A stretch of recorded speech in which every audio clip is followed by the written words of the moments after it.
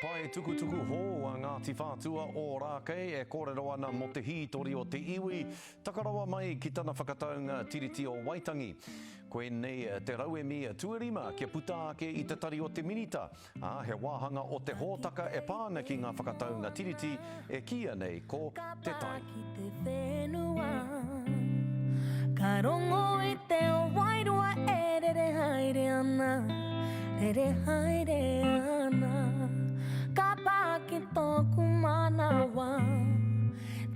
Project itself was a project undertaken in conjunction with the Ministry of Heritage and Culture, Te Manatū Taonga, and Ngāti Whātua o Rākei, that sought to map out and lay out our chronological history that stemmed beyond Muri Whenua.